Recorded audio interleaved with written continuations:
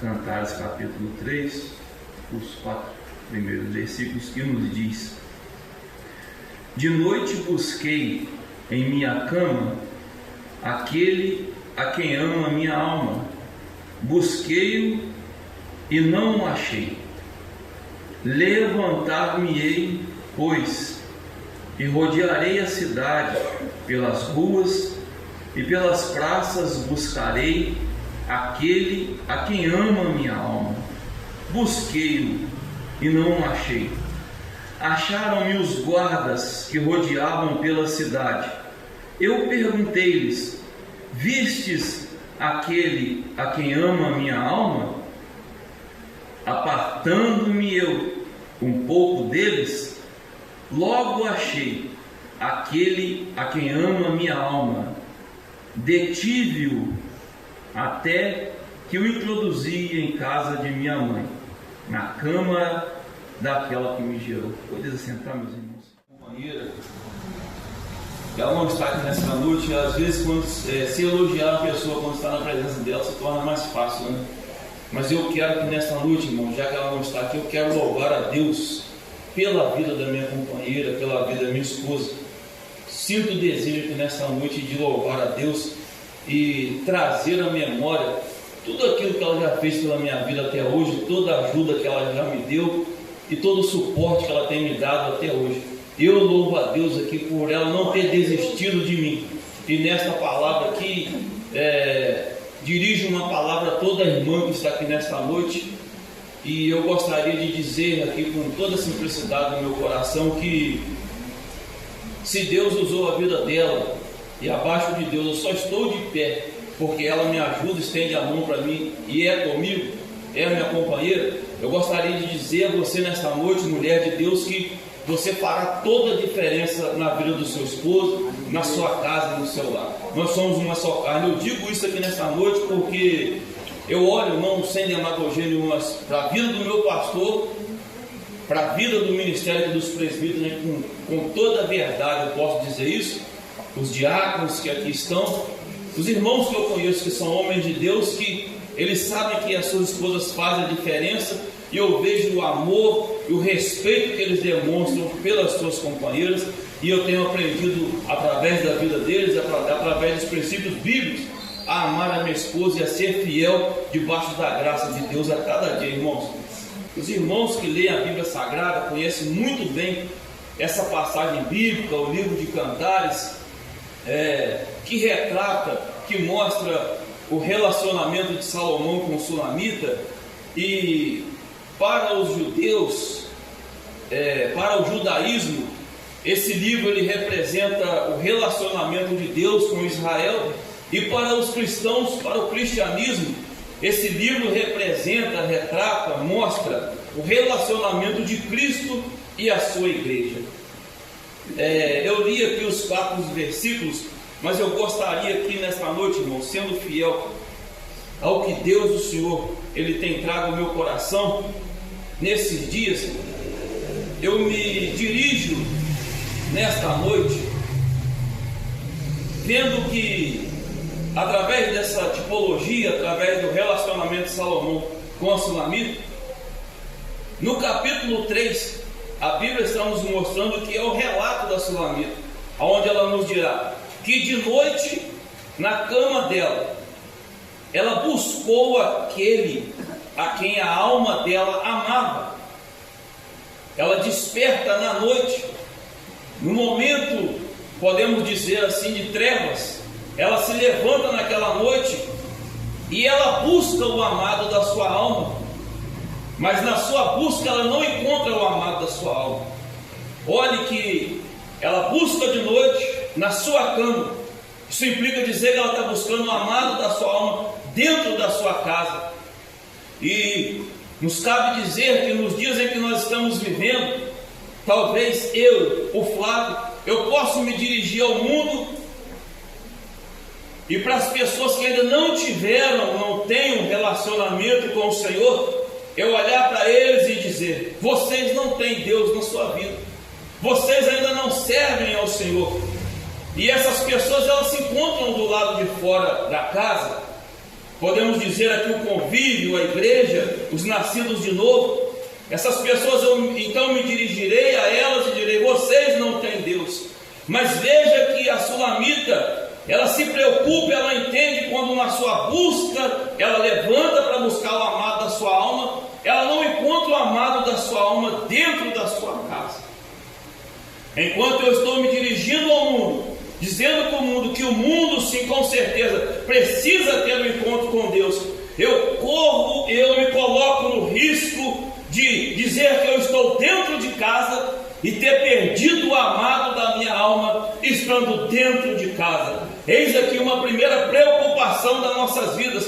Os estudiosos que têm propriedade para dizer a respeito desse texto, eles dizem que o capítulo 1 desse texto mostra o convívio em que Salomão ele abria o palácio para as pessoas entrarem até o palácio.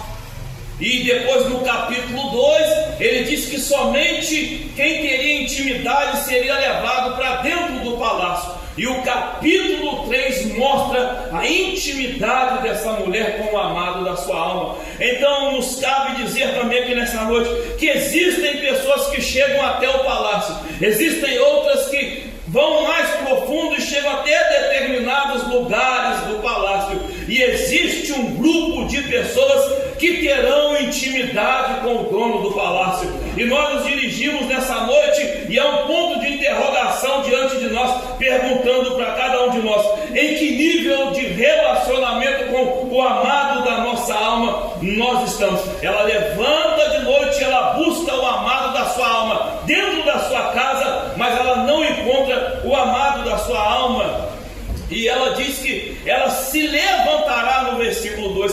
Quando nós nos remetemos ao livro do profeta Isaías, no capítulo 55 do seu livro, é nos mostrado depois do capítulo 52, em que é demonstrado o servo sofredor, aonde aquele lindo capítulo do profeta Isaías, capítulo 53, é demonstrado a respeito do Messias.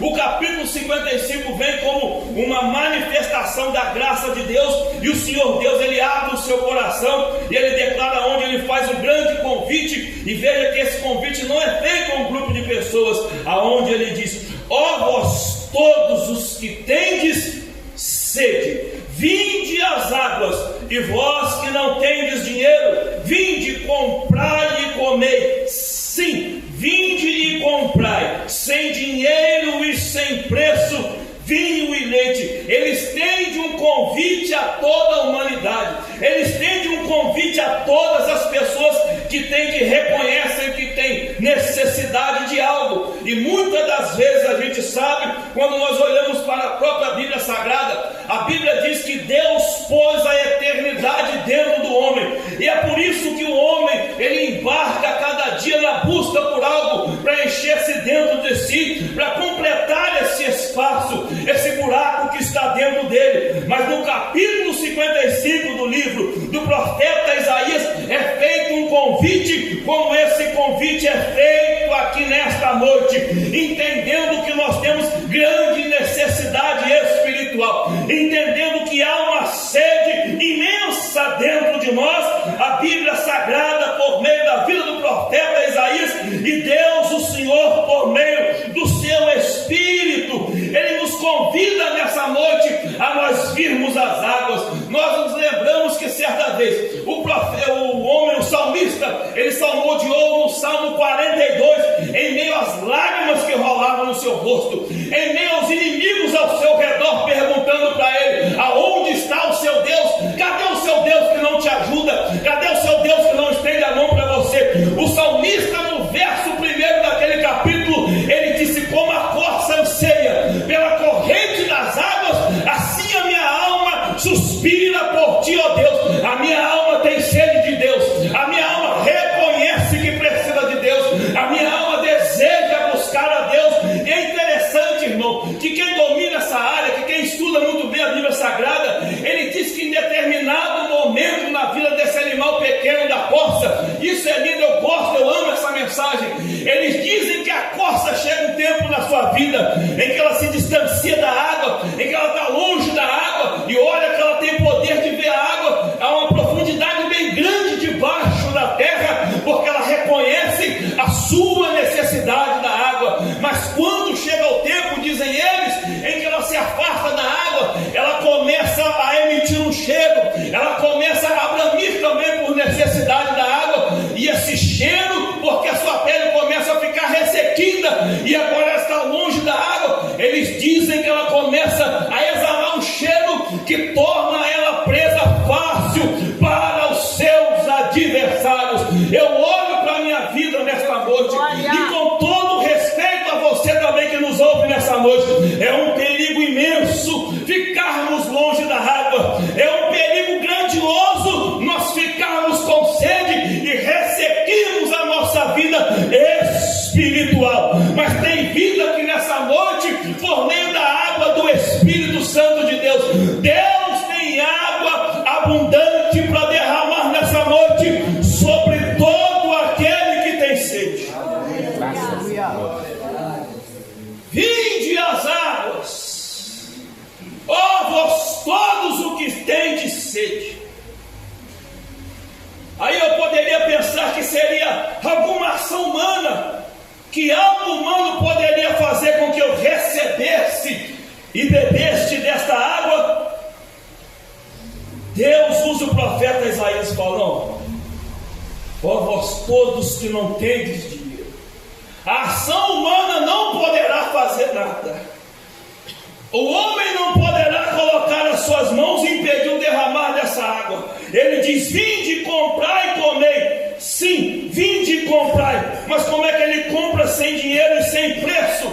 É porque, como foi falado aqui nessa noite, se eu não me engano, pelo presbítero Edivar nessa noite, o profeta Isaías, quando ele está mencionando a respeito de comprar sem dinheiro, de comprar sem produto humano, sem força humana, ele está se remetendo à graça divina. E veja que primeiro parece a figura da água.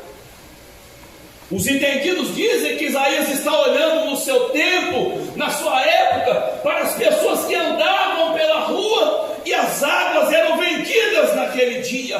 Veja a importância da água. Isso me fez olhar para os dias atuais e enxergar também que as pessoas fazem os seus complôs, eles se ajuntam, dizendo eles com a preocupação da natureza, com a preservação da água, tendo em vista a grande importância da água. Mas essa água que está sendo mencionada aqui pelo profeta Isaías é a pessoa do Espírito Santo. É Deus querendo fazer uma obra na vida do ser humano. Ele mostra que nós devemos chegar a essa água, que nós devemos receber essa água, e também sim, nós receberemos vinho e leite.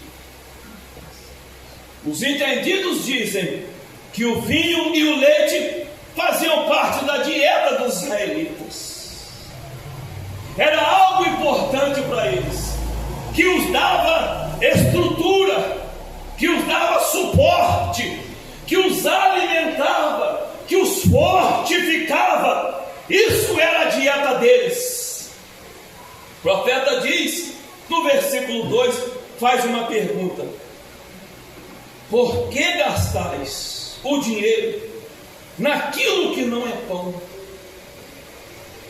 e o produto do vosso trabalho naquilo que não pode satisfazer? Veja que ele, no final do versículo 1, o vinho e o leite aparece aquilo que dá sustentabilidade, está disponível a todos. Mas no versículo 2, ele faz uma pergunta, e ele se dirige para a sua época e para nós nos dias de hoje, e essa pergunta ecoa em nossos ouvidos: aonde nós estamos colocando a nossa força? O que nós estamos fazendo com os recursos que Deus, o Senhor, tem nos dado? Para que temos pedido vida a Deus? Para que temos pedido ao Senhor que nos sustente em meio às dificuldades? O que é que temos feito com a nossa vida, a nossa saúde, com o respirar que o Senhor tem nos dado, ao levantarmos da nossa cama todos os dias? O que temos feito com o maior dom que Deus dá para o ser humano aqui na terra, que é o respirar, que é a sua vida? O presbítero Edivar agradeceu aqui hoje pela nossa visão, por todas as partes do nosso corpo, pastor Samuel, e nós precisamos remeter nessa noite aqui: o que é que nós temos feito com o dom da vida que Deus, o Senhor, Ele tem nos dado? Aonde temos investido o nosso recurso da nossa vida? Em que temos colocado a nossa força diante daquilo que fará a diferença no nosso caminhar. Eles gastavam o dinheiro, eles gastavam os recursos e aquilo que Deus estava disponibilizando a eles, mas não estava levando para perto de Deus.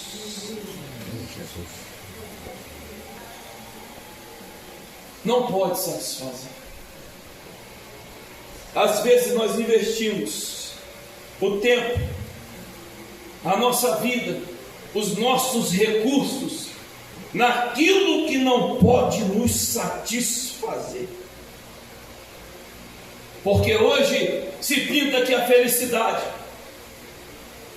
tudo que trará, tentam nos mostrar, felicidade real e verdadeira, precisa-se de dinheiro.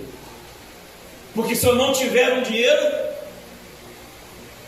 o problema não está nele, a gente sabe disso, é o amor a ele, ele é bom, ele nos ajuda, nós lutamos para tê-lo, precisamos dos recursos, né, para levar para a nossa casa, para fazer realizar alguns propósitos, alguns projetos, mas todavia nós não podemos perder de foco e pensar que isso irá nos satisfazer, porque como eu disse anteriormente aqui, a Bíblia nos mostra que existe um vazio dentro de nós, que somente Deus, o Senhor, poderá encher. Aí ele fala: ouve-me atentamente e vocês comerão o que é bom. Veja que ele se preocupa com a nossa dieta cotidiana. Veja que ele se preocupa com aquilo que entrará pelos nossos olhos, pelos nossos ouvidos e fará a diferença dentro de nós. Lembra que, como disse o irmão Sebastião Lima, que saiu palavra dos lábios sacrossantos de Jesus, aonde ele disse que a janela que os nossos olhos são a entrada de todo o nosso corpo, que se os nossos olhos forem bons, todo o nosso corpo terá luz, mas se os nossos olhos forem maus, quão grandes trevas serão o nosso corpo. Então aquilo que eu e o Flávio coloco diante dos meus olhos, aquilo que o querido irmão e a querida irmã também deixa entrar pelos seus olhos, será alimento que estará ou te levantando ou fazendo-nos enfermar a cada dia, mas que todavia nos alimentamos do pão vivo que desceu do céu, mas que todavia bebamos a água do Espírito Santo. Graças. Ouve-me atentamente. É preciso parar e dar atenção à sua palavra. Ouve-me atentamente e comei o que é bom, e a vossa alma se deleite com amor. Porque ela levantou à noite, perdeu o amado da sua alma. Então, se é um tipo esse relacionamento e mostra o relacionamento de Cristo da igreja, eu posso entender então que às vezes aquilo que eu estou me alimentando, será que eu estou fazendo com que o amado da minha alma ele seja atraído para perto de mim? Ou eu estou fazendo com que o amado da minha alma ele se distancie, ele fique longe?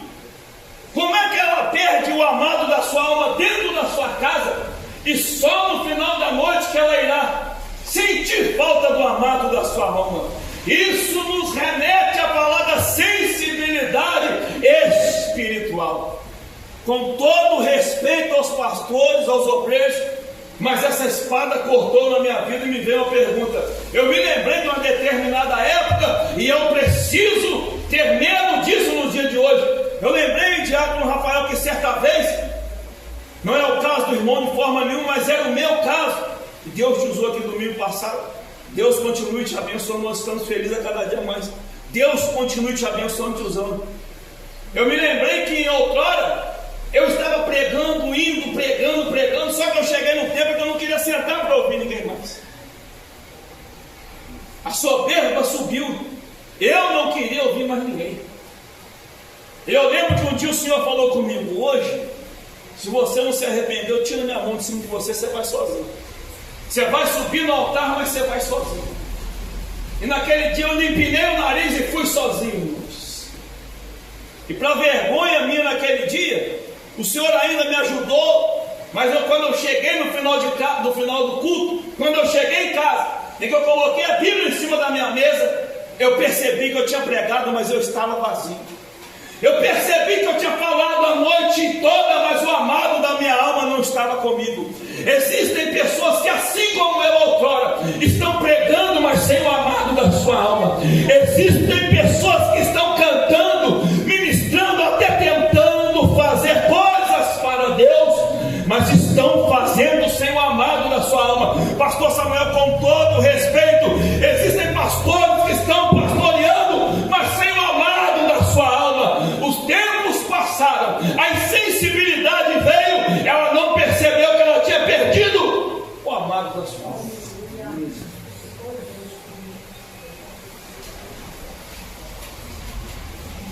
Quando ela percebe, ela grita: levantar-me-ei. Aqui existe o senso de urgência ao perceber, ainda pela misericórdia e pela graça de Deus, que talvez o amado da nossa alma não está conosco. Ela se levanta, ela grita: eu vou me levantar. Ela esperou amanhecer? Não, na noite mesmo que ela percebeu. O amado não está aqui comigo. Opa! Eu já não estou com mais vontade de buscar a Deus. O diabo, o adversário da minha alma, já não precisa fazer tanta força assim para eu cair mais. Eu já não tenho mais vontade de ler a Bíblia. Eu já não tenho mais vontade de orar. Igreja, para mim, o dia que der para ir, eu vou. Eu consigo passar 2 horas na Netflix, mas eu não passo 10 minutos lendo a palavra de Deus. Eu consigo passar horas e horas em qualquer outro lugar, mas pouco tempo no Santo dos Santos. E alguém louva que quem já pisou nesse lugar não sabe mais viver sem essa glória, não sabe mais viver longe dessa presença gloriosa. Nós estamos falando da presença de Deus. Você pode prestar essa atenção nessa noite, pode desarmar o cadeado que talvez está no seu coração e perceber que talvez a presença do Eterno ela já não mais esteja contigo. Mas hoje é noite de buscar essa presença. Hoje é noite de trazer o amado da nossa alma para perto.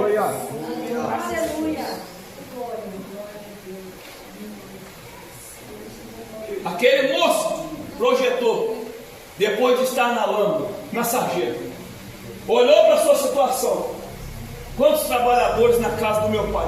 Tem abundância de pão, e eu agora estou comendo o fruto das minhas mãos, da minha escolha. Estou aqui passando fome, ninguém me dá nada, ninguém me ajuda. Gastei meu dinheiro, minha fazenda com as meretrizes. O irmão dele sabia, não foi lá ajudar ele, mas sabia que ele tinha gastado com as meretrizes. Ele falou: eu vou levantar, eu vou voltar para casa, vou ter com meu pai. Não precisa ser tratado como um filho, eu volto como um servo, como um trabalhador. Começou a projetar, fez até o esboço, elaborou a ideia. Mas chegou um momento que ele se levantou. Chegou um momento que ele teve que deixar o chiqueiro. Chegou um momento em que ele teve que levantar e voltar e encarar a realidade, que ele não podia viver longe da presença do seu Pai. Irmãos, isso tem que mexer conosco. Isso tem que mexer com você que está ouvindo a palavra de Deus nessa noite. A lei permitia ao pai, se não me falha a memória, Deuteronômio 21, que o filho que era desobediente, ao retornar para sua casa, depois do pai ter dado as instruções, ele não ter obedecido e ter trago vergonha para a família, a lei liberava que ele fosse apedrejado. Mas veja que enquanto esse rapaz está dando um passo para retornar para sua casa, a Bíblia diz que o pai corre ao encontro dele. Me desculpe a minha ignorância teológica, mas eu quero dizer aqui: imagina aquele rapaz todo sujo de lama, imagina aquele rapaz maltrapilho, fedorento, retornando para a casa do pai. A lei permitia que ele recebesse pedradas, a lei permitia que ele fosse morto, mas só que o pai, sabendo e conhecedor, vai na frente de todos. E a Bíblia diz que se lança ao pescoço do seu filho, abraça ele, beija ele e protege ele. Ele está dizendo: ainda que a lei me permita que o meu filho, que outrora desobedeceu, trouxe vergonha para a família, seja apedrejado, eu serei o primeiro a receber ele no portão. Não é um evangelho de facilidade, não é um evangelho de portas largas de forma nenhuma, mas é um Deus que ama e que mostra uma graça escandalosa, que Ele não nos aceita da maneira que Ele nos aceita da maneira que chegamos, mas esse amor não permita que não sejamos transformados por essa graça. Ele se levantou. Ele se levantou. E talvez nesta noite aqui existem pessoas que precisam se levantar nessa noite. Você já falou que ia se achegar a Deus, você já declarou que iria renovar a sua aliança com o Senhor. Isso tem ficado somente no papel, mas hoje é noite de executar esse intento. Hoje é noite de realizar esse maior projeto na sua vida. Hoje é noite em que Deus dará continuidade a essa grande obra que outrora, que um dia Ele começou na sua vida, e Ele vai aperfeiçoar essa obra até o dia que o Senhor vier buscar a sua igreja. Glória a Deus. Glória a Deus. Bendito seja o teu nome. Inclina os ouvidos e vinde a mim. Ouve, a vossa alma viverá. Ele está falando de ouvir. O adversário da nossa alma não precisa de muito. Como eu mencionei com o pastor Samuel de cedo. E às vezes demora para aprender isso. Eu tenho dificuldade para aprender, mas eu tenho aprendido. Ele tenta nos desviar os nossos pensamentos. Temos aprendido aqui nesses dias a respeito da alma, do espírito, da consciência. O adversário luta, guerreia pelos nossos pensamentos, para roubar a nossa atenção de Jesus, para nos tirar de focarmos em Jesus e levar o nosso pensamento a andar vagando por essa terra, sem propósito, sem entendermos que a nossa mente precisa, a minha, começar por mim, precisa estar santificada a Jesus. Pastor Samuel, quando me foi falar na quinta-feira, se eu não me engano, na quarta, da responsabilidade que nós teríamos que ir para lá, eu já comecei a temer, diante do grande compromisso de eu nunca ter ido lá numa cidade grande, de estar com uma pessoa do meu lado mais novo do que eu no setor, e a responsabilidade toda sobre minhas costas. E eu ainda pensei, o Senhor, por sua misericórdia, me falou: guarda os seus pensamentos, guarda o seu propósito. Diácono Rafael pregou aqui domingo sobre isso, sobre a obediência. Se eu, glória, se eu quero receber as beneficências de Deus, se eu entendo que tem um projeto de Deus para a minha vida, eu preciso me consagrar, eu preciso me separar para o eterno da minha alma, eu preciso me guardar para o eterno da minha alma, eu preciso de um jardim fechado para o eterno da minha alma. E ao nos alimentarmos dessa verdade, levar ela adiante, ainda que ela corte, ainda que as pessoas virem os seus rostos e se endureçam, mas a palavra de Deus ainda é espada cortante. Nos corta primeiro, vai na divisão da nossa alma, discerne as nossas intenções e os nossos pensamentos, e depois o Senhor permite que ela saia cortante para fora, não enferrujada como um machado embotado, mas como uma ferramenta cortante e precisa no seu corpo. Ele diz: inclina o ouvido, vem a mim, a vossa alma viverá e convosco farei um concerto perpétuo, dando-vos as firmes beneficências de Davi. Eu abençoei a Davi, é o texto que está dizendo aqui. Eu vou dar as beneficências, isso já tipifica o Senhor Jesus Cristo que viria da descendência de Davi. Só que ele diz assim: eu vou dar a vocês as beneficências que eu dei a Davi, porque eu mudei como testemunha aos povos. A irmã Rosa veio aqui, o Senhor testificou isso aqui. Eu dei ele como testemunha aos povos. Ele não guardou para ele somente o benefício, mas ele levou o benefício adiante, como príncipe e governador dos povos. Irmão, um rapaz que estava escondido atrás das ovelhas, um rapaz que foi levantado por Deus, e Deus deu a ele a primeira e maior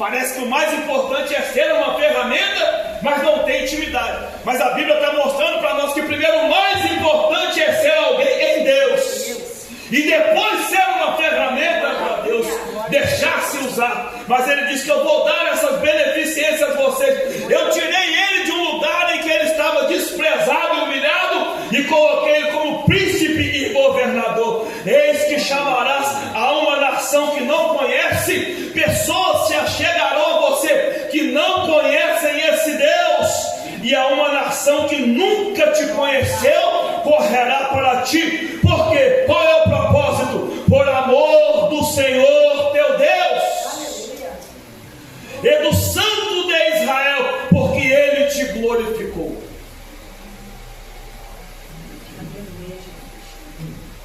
As mesmas promessas, o que Deus fez com Davi.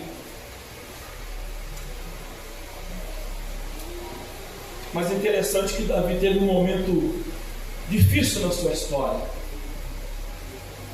que ele teve problemas no decorrer da sua caminhada. Então, cabe-nos falar aqui nessa noite que as promessas de Deus estão de pé também sobre a vida daquele que caiu. Se ele caiu, mas se ele se arrependeu, e se ele decidiu permanecer na presença de Deus, e Deus fez coisas grandiosas nele, por ele e através dele, cabe-nos dizer aqui que as promessas de Deus soam e ecoam no ouvido de alguém nessa noite que ouve, ao qual talvez você teve uma dificuldade na sua caminhada, parou no meio do caminho, e o adversário da sua alma está dizendo que para você acabou. O Senhor diz por meio da palavra nessa noite: eu ainda, as minhas promessas, todas elas estão de pé sobre a sua vida. Eu não desisti de você. Eu tenho grandiosos projetos a realizar na sua vida. Eu me manifesto para você nessa noite com amor e desejo de restaurar a sua vida e a sua comunhão comigo nessa noite. Por quê? Porque Deus, o Senhor, te ama por meio de Jesus. Aleluia! Buscai ao Senhor enquanto se pode achar, invocai-o enquanto está perto. E alguém usa a passagem do ladrão da cruz dizendo que pode se adiar a maior escolha que o ser humano tem, que é receber a Jesus na sua vida. E eles dizem, e alguns até pregam, porque aquele homem aceitou Jesus no último momento da sua vida. Mas o texto nos diz que nós devemos buscar a Deus e invocar a Ele enquanto Ele está perto, porque na nossa rejeição por Deus, no nosso dizer não para Deus, o Senhor deixará que o nosso coração se endureça, como foi com o Faraó. Então vai, Faraó, então que o seu coração se endureça, e que você receba tudo aquilo ao qual você está escolhendo e pelos caminhos que você está trilhando. Ele diz que o ímpio deve deixar o seu caminho e o homem maligno os seus pensamentos, e ele se converter ao Senhor. Por quê? Porque Deus é o Deus que se compadece e que Ele deve tornar para o nosso Deus. Isso é lindo. No dia em que tantas pessoas estão sendo apedrejadas, em tempos em que tantas pessoas pregam algo que não vive, a Bíblia diz: porque Deus, o nosso Deus, torna para Ele, volta para Ele. Volvei, filho dos homens, disse o Salmo 90, volta, vira, muda de direção. Por quê? Porque grandioso é perdoar. Quantas das vezes, né? Devido às nossas más escolhas e às más atitudes, pensamos que não dá mais para voltar e retornar para casa. Mas a Bíblia diz que Ele é grandioso em perdoar. Quando ela se levanta, ela rodeia a cidade, e ela vai para as ruas, porque ela não encontrou Ele dentro de casa. Se ela está buscando, é porque há um anseio dela em retornar à presença do seu amado para perto de si. Ela disse que ela buscou e ela não achou. Talvez você voltou a ler a Bíblia Sagrada, você voltou a jejuar, você está orando e parece que nada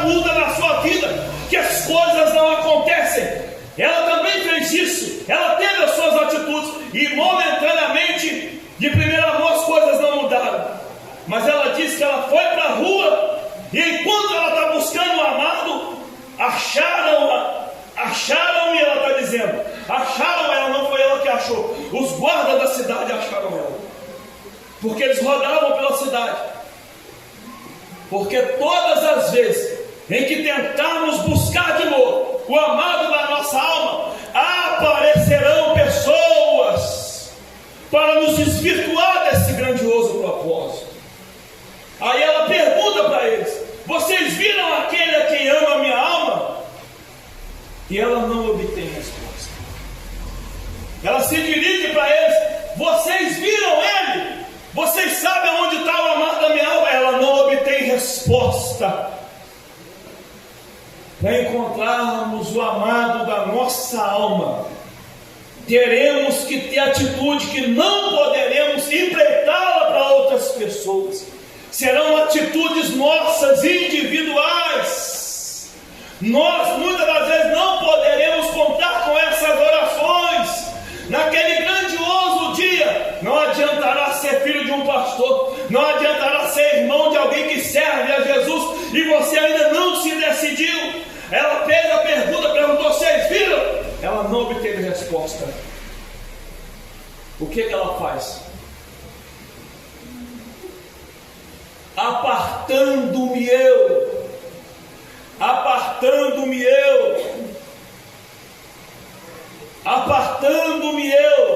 um pouco deles. Ao texto: logo achei aquele a quem ama a minha alma. Parece, ela se aparta dos guardas que apareceram propositalmente para impedi-la na sua busca de reencontrar o amado da sua alma. E nos cabe uma pergunta. Eu estava ali fora e eu creio que o Espírito Santo me conduziu a fazer essa pergunta. As pessoas que eu estou andando estão me fazendo ficar perto do amado da minha alma?